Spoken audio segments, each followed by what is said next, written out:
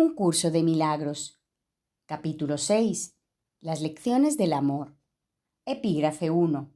El mensaje de la crucifixión. 1. Para los efectos del aprendizaje, examinemos de nuevo la crucifixión.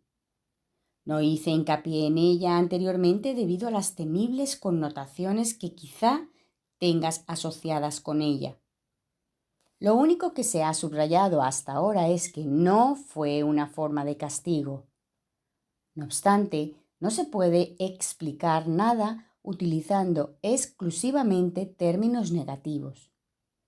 Existe una interpretación constructiva de la crucifixión que está totalmente desprovista de miedo y que, por lo tanto, es totalmente benévola en cuanto a lo que enseña si se entiende debidamente. 2. La crucifixión no es más que un ejemplo extremo. Su valor, al igual que el valor de cualquier otro recurso de enseñanza, reside únicamente en la clase de aprendizaje que facilita. Se puede entender y se ha entendido incorrectamente.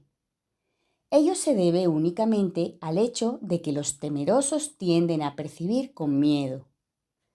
Ya te dije que siempre puedes recurrir a mí para compartir mi decisión y de ese modo hacerla más firme. Te dije también que la crucifixión fue la última jornada inútil que la filiación tuvo que emprender y que para todo aquel que la entienda representa la manera de liberarse del miedo. Aunque antes solo hice hincapié en la resurrección, no aclaré entonces el propósito de la crucifixión y la manera en que ésta, de hecho, condujo a la resurrección. Ese propósito, no obstante, tiene una aportación muy concreta que hacer a tu propia vida y te ayudará a comprender tu propio papel como maestro si lo examinas sin miedo. 3. Es probable que hayas estado reaccionando durante muchos años como si te estuvieran crucificando. Esta es una marcada tendencia de los que creen estar separados, que siempre se niegan a examinar lo que se han hecho a sí mismos. La proyección implica ira, la ira alienta la agresión y la agresión fomenta el miedo. El verdadero significado de la crucifixión radica en la aparente intensidad de la agresión cometida por algunos de los hijos de Dios contra otro. Esto, por supuesto, es imposible y se tiene que entender cabalmente que es imposible. De lo contrario, yo no puedo servir de modelo para el aprendizaje. 4. En última instancia, solo el cuerpo puede ser agredido. No cabe duda de que un cuerpo puede agredir a otro y puede incluso destruirlo. Sin embargo, si la destrucción en sí es imposible, cualquier cosa que pueda ser destruida no es real. Su destrucción, por lo tanto, no justifica tu ira. En la medida en que creas que la justifica, estarás aceptando premisas falsas y enseñándoselas a otros. El mensaje de la crucifixión fue precisamente enseñar que no es necesario percibir ninguna forma de ataque en la persecución, pues no puedes ser perseguido. Si reaccionas con ira, tienes que estar equiparándote con lo destructible y, por lo tanto, viéndote a ti mismo de forma demente. 5. He dejado perfectamente claro que soy como tú y que tú eres como yo, pero nuestra igualdad fundamental solo puede demostrarse mediante una decisión conjunta. Eres libre, si así lo eliges, de percibirte a ti mismo como si te estuvieran persiguiendo. Mas cuando eliges reaccionar de esa manera, deberías recordar que yo fui perseguido de acuerdo con el pensar del mundo y que no compartí esa interpretación. Y puesto que no la compartí, no la reforcé. Ofrecí, por consiguiente, una interpretación diferente del ataque que deseo compartir contigo. Si la crees, me ayudarás a enseñarla. 6. Como ya dije anteriormente, lo que enseñes es lo que aprenderás. Si reaccionas como si te estuvieran persiguiendo, estarás enseñando persecución. No es esta la lección que el Hijo de Dios debe enseñar si es que ha de alcanzar su propia salvación. Enseña más bien tu perfecta inmunidad, que es la verdad acerca de ti, y date cuenta de que no puede ser atacada. No trates de protegerla, ya que de lo contrario creerás que es susceptible de ser atacada. No se te pide ser crucificado, lo cual fue parte de lo que yo aporté como maestro. Se te pide únicamente que sigas mi ejemplo cuando te asalten tentaciones mucho menos extremas de percibir falsamente y que no las aceptes como falsas justificaciones para desatar tu ira. No puede haber justificación para lo injustificable. No creas que la hay ni enseñes que la hay. Recuerda siempre que enseñas lo que crees. Crees lo mismo que yo y llegaremos a ser maestros de igual calibre. 7. Tu resurrección es tu despertar. Yo soy el modelo del renacimiento, pero el renacimiento en sí no es más que el despuntar en la mente de lo que ya se encuentra en ella. Dios mismo lo puso allí, por lo tanto, es cierto para siempre. Yo creí en ello y por consiguiente lo acepté como la verdad. Ayúdame a enseñarlo a nuestros hermanos en nombre del reino de Dios, pero cree primero que es verdad, pues de lo contrario enseñarás mal. Mis hermanos se quedaron dormidos durante la supuesta agonía del huerto, pero yo no pude haberme indignado con ellos porque sabía que no podía ser abandonado. 8. Lamento cuando mis hermanos no comparten mi decisión de oír solamente una voz, pues eso los debilita como maestros y como alumnos. Con todo, sé que no pueden realmente traicionarse a sí mismos ni traicionarme a mí, y que sobre ellos es donde todavía tengo que edificar mi iglesia. No hay ninguna otra alternativa al respecto, porque únicamente tú puedes ser la roca de la iglesia de Dios. Allí donde hay un altar hay una iglesia, y la presencia del altar es lo que hace que la iglesia sea santa.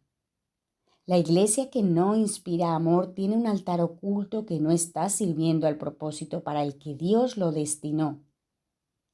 Tengo que edificar su iglesia sobre ti porque quienes me aceptan como modelo son literalmente mis discípulos. Los discípulos son seguidores, y si el modelo que siguen ha elegido evitarles dolor en relación con todo, serían ciertamente insensatos si no lo siguiesen. 9. Elegí, por tu bien y por el mío, demostrar que el ataque más atroz a juicio del ego es irrelevante. Tal como el mundo juzga estas cosas, mas no como Dios sabe que son, fui traicionado, abandonado, golpeado, atormentado y finalmente asesinado. Está claro que ello se debió únicamente a las proyecciones de otros sobre mí, ya que yo no le había hecho daño a nadie y había curado a muchos. 10. Seguimos gozando de perfecta igualdad como alumnos, aunque no es necesario que tengamos las mismas experiencias. El Espíritu Santo se regocija cuando puedes aprender de las mías y valerte de ellas para volver a despertar. Ese es su único propósito y esa es la única manera en que yo puedo ser percibido como el camino, la verdad y la vida. Oír una sola voz nunca implica sacrificio. Por el contrario, si eres capaz de oír al Espíritu Santo en otros, puedes aprender de sus experiencias y beneficiarte de ellas sin tener que experimentarlas directamente tú mismo. Eso se debe a que el Espíritu Santo es uno y todo aquel que le escucha es conducido inevitablemente a demostrar su camino a todos. 11. Nadie te está persiguiendo del mismo modo en que nadie me persiguió a mí. No se te pide que repitas mis experiencias, pues el Espíritu Santo, a quien compartimos, hace que eso sea innecesario. Sin embargo, para valerte de mis experiencias de manera constructiva, tienes aún que seguir mi ejemplo con respecto a cómo percibirlas. Mis hermanos, que son también tus hermanos, están constantemente justificando lo injustificable. La única lección que tengo que enseñar, puesto que la aprendí, es que ninguna percepción que esté en desacuerdo con el juicio del Espíritu Santo está jamás justificada. Mi función consistió en demostrar que esto es verdad en un caso extremo, simplemente para que pudiera servir como un instrumento de enseñanza ejemplar para aquellos que, en situaciones no tan extremas, sienten la tentación de abandonarse a la ira y al ataque. Mi voluntad, junto con la de Dios, es que ninguno de sus hijos sufra. 12. La crucifixión no puede ser compartida porque es el símbolo de la proyección, pero la resurrección es el símbolo del compartir, ya que para que la filiación pueda conocer su plenitud, es necesario que cada uno de los hijos de Dios experimente un redespertar. Solo esto es conocimiento. 13. El mensaje de la crucifixión es inequívoco. Enseña solamente amor, pues eso es lo que eres. 14. Si interpretas la crucifixión de cualquier otra forma, la estarás usando como un arma de ataque en vez de como la llamada a la paz para la que se concibió. Con frecuencia los apóstoles la interpretaron erróneamente, por la misma razón que otros lo hacen. Su propio amor imperfecto les hizo ser vulnerables a la proyección y como resultado de su propio miedo, hablaron de la ira de Dios como el arma de represalia de éste. No pudieron hablar de la crucifixión enteramente sin ira, porque sus propios sentimientos de culpabilidad habían hecho que se sintieran indignados. 15.